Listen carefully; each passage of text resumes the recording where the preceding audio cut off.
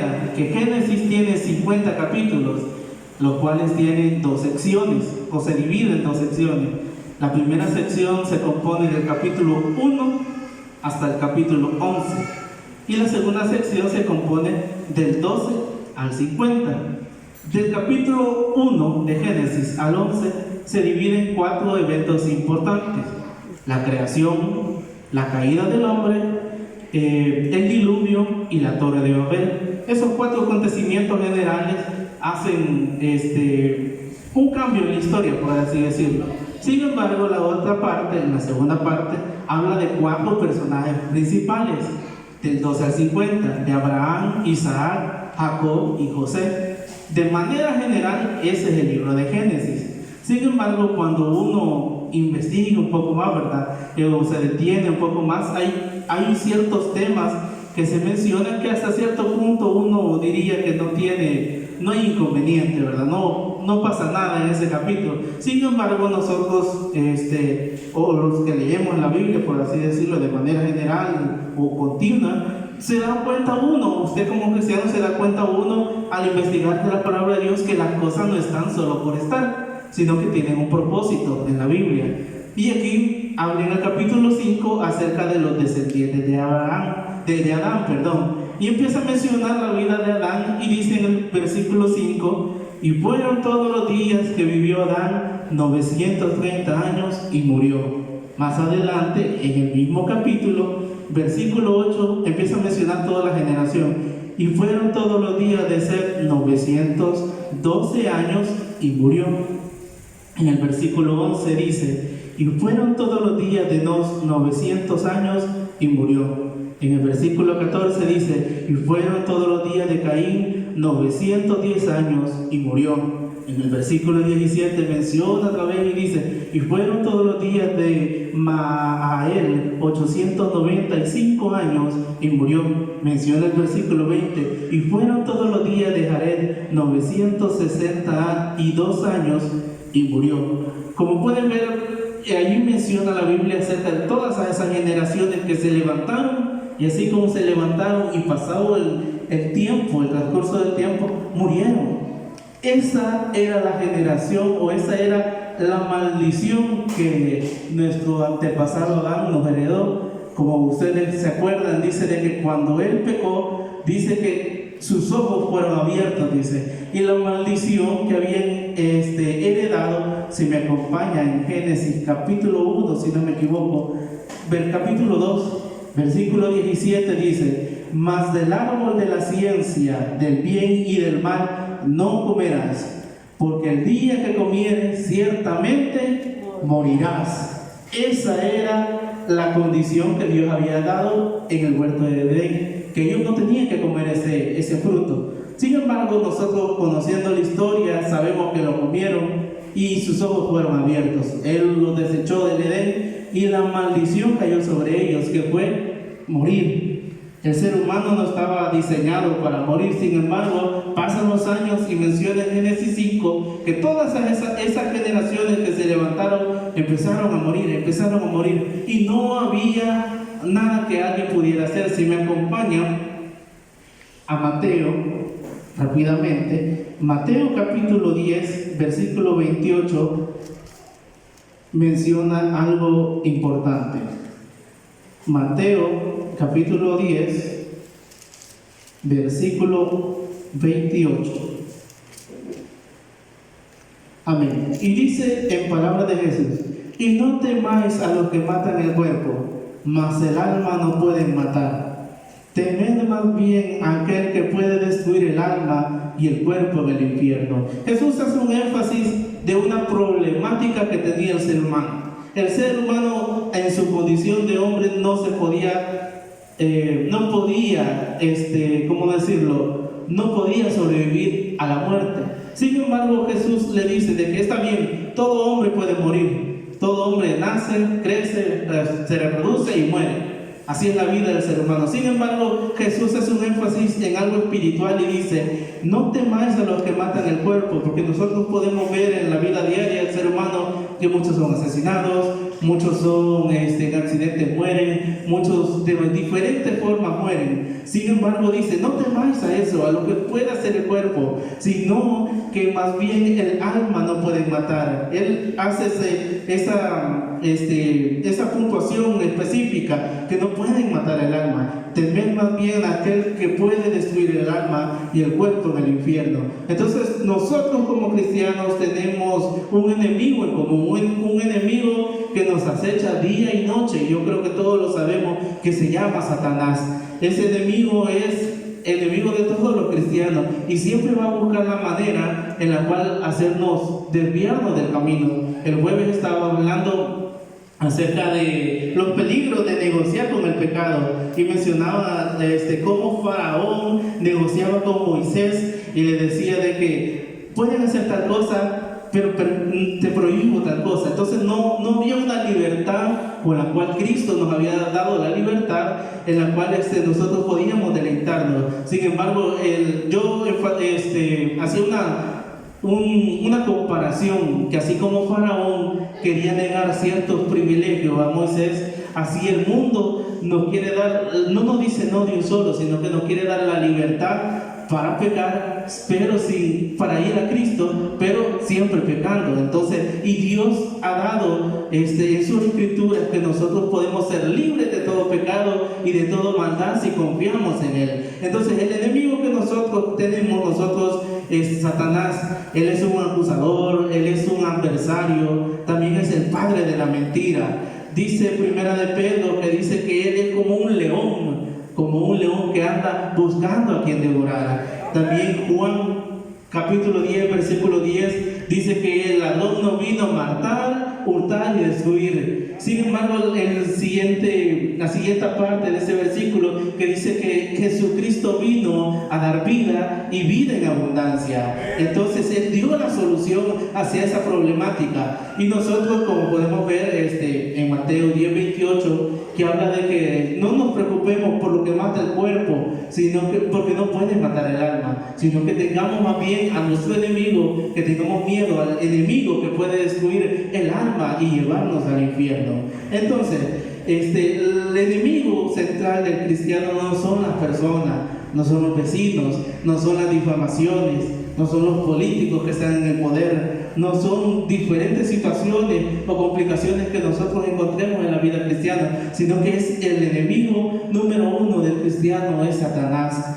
Y si me acompañan a Génesis nuevamente, el capítulo 5 en adelante habla acerca de la descendencia de Adán, cómo nacieron y murieron, retomando lo que dije. Sin embargo, hay una diferencia abismal en el versículo 23. Después de todos los que habían nacido y muerto, en el capítulo 5, versículo 23 dice: y fueron todos los días de Enoc 365 años, y caminó pues Enoc con Dios, y desapareció porque Dios se lo llevó. Entonces, aquí hubo alguien que rompió el patrón completamente de la descendencia, que iba creciendo y muriendo, porque dice de que todos los demás habían nacido y habían muerto. Sin embargo, dice de que no caminó con Dios, y dice que Dios se lo llevó. Eso en comparativa para el ser humano, para los cristianos. Nosotros vemos a la gente que nace, crece, se reproduce y muere en el mundo secular humano. Sin embargo, nosotros debemos caminar de la mano con Dios,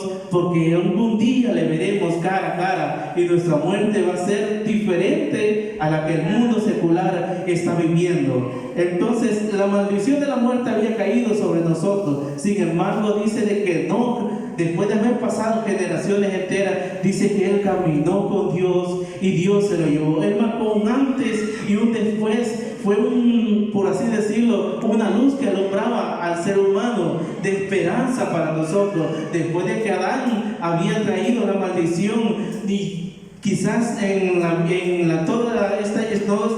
todos estos años, en estas generaciones que habían pasado, todos habían nacido y muerto sin esperanza. Dice que hubo un hombre que se puso firmemente y caminó con Dios, y Dios le dio el deseo, por así decirlo, el regalo, la bendición de llevárselo, de irse con él. Entonces ese era ¿cómo decirlo? Un alerta, un llamado, una luz, un destello en el cual nosotros podemos ver que lo que se iba a venir más adelante, porque después Cristo, al morir en la cruz del Calvario, Él entregó, dice así, para que nosotros tuviéramos el acceso total a ese lugar precioso que es el cielo. Entonces ya no hay, dice la palabra de Dios, ninguna condenación para los que creen en Él. Dice, ya no vivimos nosotros, mas Cristo vive en mí. Amén. Entonces, Él no fue un sabio. La Biblia no menciona nada más de Enoch. Dice de que Él solo menciona que caminó con Dios mutuamente y Dios se lo llevó. Él dice que no adquirió sabiduría, no es reconocido como el más sabio, no es reconocido como el más inteligente, no es reconocido por destacar de todos los hombres de la Biblia, y tampoco por adquirir riqueza. Nosotros podemos ver en la vida actual como los hombres y mujeres famosos, conocidos, ¿verdad? Cantantes que salen en las noticias, etcétera, etcétera, acaparan son tan famosos que hacen que las marcas,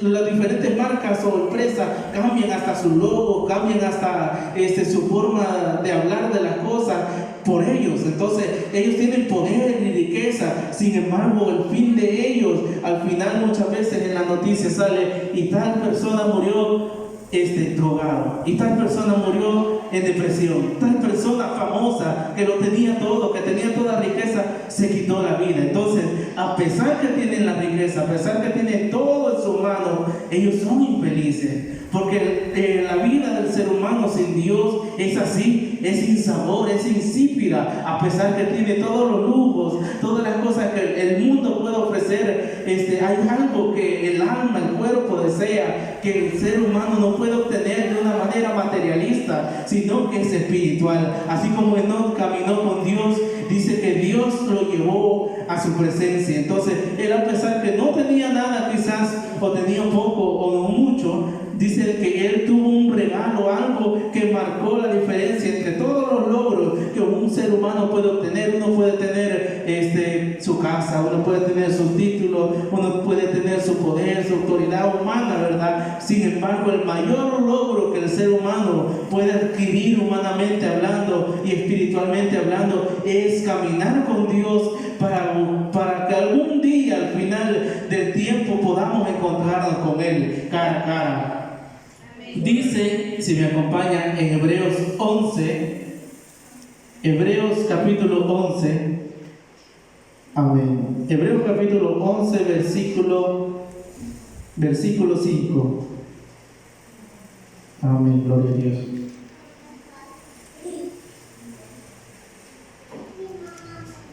Hebreos capítulo 11,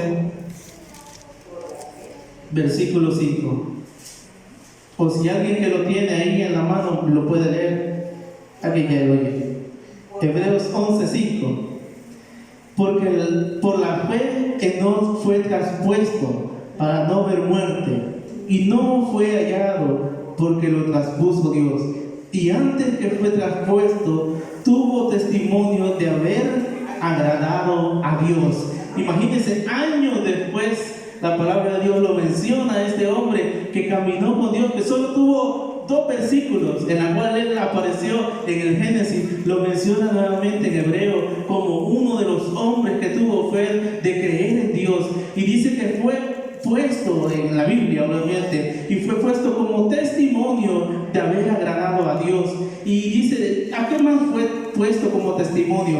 A que este hombre, que a pesar de que tal vez tenía imperfecciones, que a pesar que no tenía mucho, él tuvo fe y creyó en Dios para que algún día él estuviera en su presencia. Entonces él fue testimonio, él fue la luz, por así decirlo, de un inicio de bendición para la humanidad, porque como nosotros habíamos visto anteriormente en Génesis, Todos los hombres nacían y morían, nacían y morían. Sin embargo, Enoc marcó la diferencia, y nosotros también debemos marcar la diferencia. Hoy en día, en este mundo que está plagado de tanto entretenimiento, de tantas cosas que nos apartan de Dios, nosotros debemos acercarnos a Él constantemente en nuestra vida. Enoc no construyó quizás reino, no construyó poderío, ni construyó quizás riqueza en este mundo. Solo tuvo que caminar con Dios. Y dice, si me acompaña, en Juan capítulo 11, versículo 25. Amén. Juan capítulo 11, versículo 25. Y le dijo Jesús: yo soy la resurrección y la vida. El que cree en mí, aunque esté muerto, vivirá. Entonces esa es la promesa que vino después, años después, a ofrecer Jesús. El hombre no podía salvarse a sí mismo. Sin embargo, de la mano con Dios, nosotros, así como no podemos andar de la mano con Dios para algún día nosotros verlo. Yo decía el jueves que nosotros somos peregrinos en esta tierra. Nosotros lo que tenemos, la riqueza un día se va a acabar, la juventud un día se va a acabar, la fuerza un día se va a acabar, pero el alma, lo que permanece en nosotros, un día se va a presentar delante de Dios, y ahí en ese momento Él decidirá nuestra vida conforme nosotros hemos andado en este camino, en esta libertad que nosotros tenemos para adorarlo o para no buscarlo. Entonces tenemos que tener presente que un día nos vamos a encontrar un día con Él para estar en su presencia. Así que mejor dicho, atesorar tesoros en el cielo que aquí en la tierra, mis hermanos. Quizás uno dice, no se siente que ha hecho provecho de esta tierra. Quizás unos han sido exitosos, otros no han sido exitosos, quizás por diferentes circunstancias en la vida, pero el mejor tesoro que uno puede acumular es ganar la entrada al cielo. Por eso es que nosotros nos esforzamos, por eso es que nosotros venimos a este lugar en una mente colectiva, ¿verdad?, para adorar el nombre de nuestro Dios, porque hemos experimentado cara a cara un encuentro con nuestro Dios, con nuestro amado, en la cual nosotros no solo venimos por venir, venimos con la intención de exaltar el nombre de Dios, venimos con la intención de que los problemas sean resueltos por obra del Espíritu Santo en nuestra vida. Venimos por un favor no merecido quizás muchas veces, para que Dios ayude a nuestra vida, a nuestros problemas, a nuestra dificultad. Creo que todos los que estamos aquí hemos pasado por una situación en la cual nos sentimos desesperados, abatidos, con miedo. Yo decía el viernes también en una predicación que David dice de que en el Salmo 34 habla acerca de ese salmo que me gusta mucho, que dice: bendeciré a Jehová en todo tiempo, y su alabanza estará de continuo en mi boca, lo oirán los mansos y se alegrarán. Y yo ponía en contexto que qué estaba pasando en ese salmo, y yo decía de que el salmo era cuando David era perseguido por Saúl y lo quería matar, y dice que él huyó de la presencia de Dios, y huyó de la presencia de Saúl, y se fue a refugiar en una caverna, y ahí encontró la presencia de Dios en una caverna, escribiendo el Salmo 34. Y dice la palabra de Dios que como 300 hombres con su familia se acercaron a él, y esas personas no eran personas buenas, sino que eran personas desdichadas. Dice que llegaron a él esos hombres, esas mujeres con deuda, con problemas, con miedo, con ansiedad, con dificultades. Todas esas personas lo rodeaban a David. Sin embargo, dice la palabra de Dios y menciona que en esa situación que pasaba, dice que a David lo pusieron como líder de esos hombres. Y más adelante, años después, nosotros podemos ver que esos mismos hombres eran los valientes de David, eran los hombres que daban la vida por él, que había cambiado completamente el paradigma, el estigma de lo que ellos eran en ese tiempo, que eran hombres pobres, sin razón aparente de vivir. David le dio una razón por la cual seguirlo, una razón por la cual servir a Dios, porque Dios siempre paga bien a todo aquel que le sirve, mis hermanos. Entonces, esos miedos, esos problemas desaparecieron, porque todos esos hombres y nosotros también tenemos que caminar con la mano con Dios, para que algún día lo veremos cara a cara. Nosotros debemos esforzarnos en esta vida, nosotros debemos continuar en esta vida hasta donde Dios lo permita. Sin embargo, no debemos alejar nuestra mente de buscar de la palabra de Dios, de atar las cosas de la vida del cristiano en nuestra mente, en nuestro corazón, de tener siempre presente que Dios está con nosotros, que Él siempre ve lo que nosotros hacemos, lo bueno y también lo malo, que debemos cambiar las actitudes, la forma de ser, de pensar cada día para ser mejor, para ser esa persona, tanto las mujeres como los hombres, para hacer lo que a Dios le agrada, ser ese hombre, ser esa mujer que a Dios le agrada en esta vida, cumplir el propósito que Dios tiene para nuestra vida. Pero todo eso es si le amamos, si le buscamos, si lo hacemos de corazón, si venimos con la intención de exaltar el nombre de nuestro Dios. Por eso Dios se deja mover. Yo creo que Dios se deja mover en esta iglesia aún mucho más de lo que nosotros merecemos muchas veces, porque Él tiene misericordia de nosotros, porque venimos los necesitados, porque venimos los que necesitamos un auxilio. Tal vez no somos los perfectos ni somos los mejores, pero venimos con la necesidad, así como dice el Salmo, que como el siervo que clama por las aguas en el desierto, así clama nuestra alma cuando nosotros venimos a este lugar para exaltar el nombre de nuestro Dios. Entonces la intención de esta prédica es que nosotros, si alguien está alejándose del camino de Dios, volvamos a la senda antigua, dice su palabra, porque Él es amplio y justo para perdonar, para abrir, así como el prójimo, que Él, el hijo prójimo, el que perdió todo completamente, su padre lo abrazó, no importando su suciedad, no importando lo que había pasado. Dice que Él lo volvió a recibir, y no como un obrero, no como un trabajador, ni como servidumbre, lo volvió a recibir como hijo suyo. Así Dios, todos los días, cada día que nos permite estar constantemente despiertos en esta vida, vivos en este tiempo, es porque Él nos abre sus brazos de misericordia para con nosotros. Así que nosotros vengamos constantemente a este lugar para alabar y bendecir el nombre de nuestro Dios. Hasta aquí voy a llegar a la predicación, mis hermanos, porque ha sido con la intención de animarnos a seguir adelante, que a pesar que las cosas se pongan duras en nuestra vida, en nuestro trabajo, en nuestras situaciones tal vez personales, nosotros cobremos ánimo, que hay un Dios que nos respalda, que hay un Dios que nos recibe y que nos ayuda a seguir adelante. No sé si mi hermano va a pasar. Amén. Así que el Señor le bendiga y sigamos adelante. Amén.